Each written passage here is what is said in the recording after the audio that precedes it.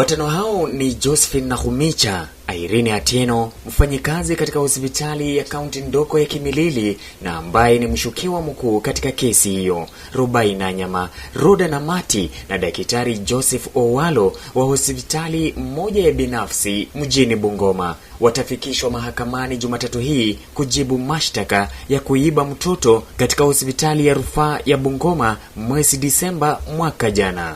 Walikuwa wamenipasua kitambo. Walitaka wanishoni. Mwingine akanionyesha mtoto kijana. Kaita mtoto yangu Wachokoya. Wa pili wakatoa msichana na wakamuita Queen. Wakati huo vile walimuita Queen, huyu wa nyuma hakulia vizuri. Huyu wa nyuma sasa alishindwa kulia. Wakapeleka nursery. Halafu huyu kijana wakamwacha hapo. Wakati vile walimuacha hapo, mimi nilikuwa namuona tu alikuwa angali hapo. Wakanishona.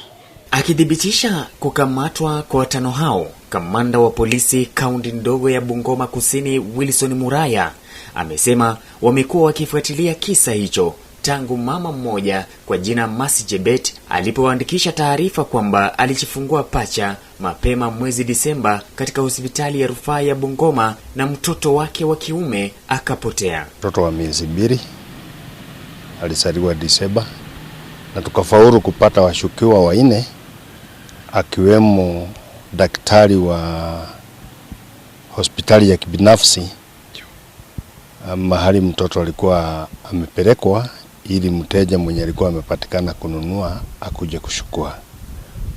Nadhibitisha kwamba tuko na washukiwa 4, wanawake 3 na mwanaume mmoja ambaye ni daktari.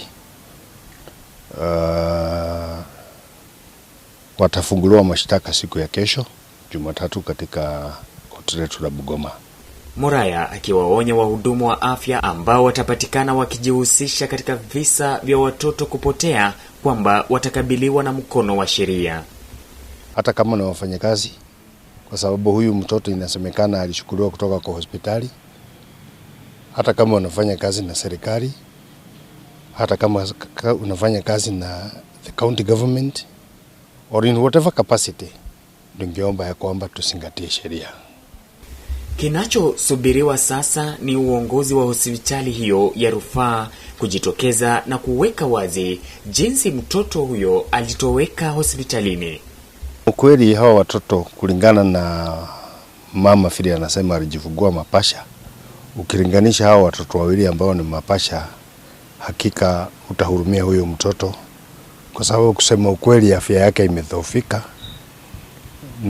Ikizingatiwa ya kwamba hajafika kiwango ya kukula, bado anatakikana kuwa ananyonya maziwa ya mama yake, ambayo ni kitu amekataswa tangu alipotolewa kwa mikono ya mama yake.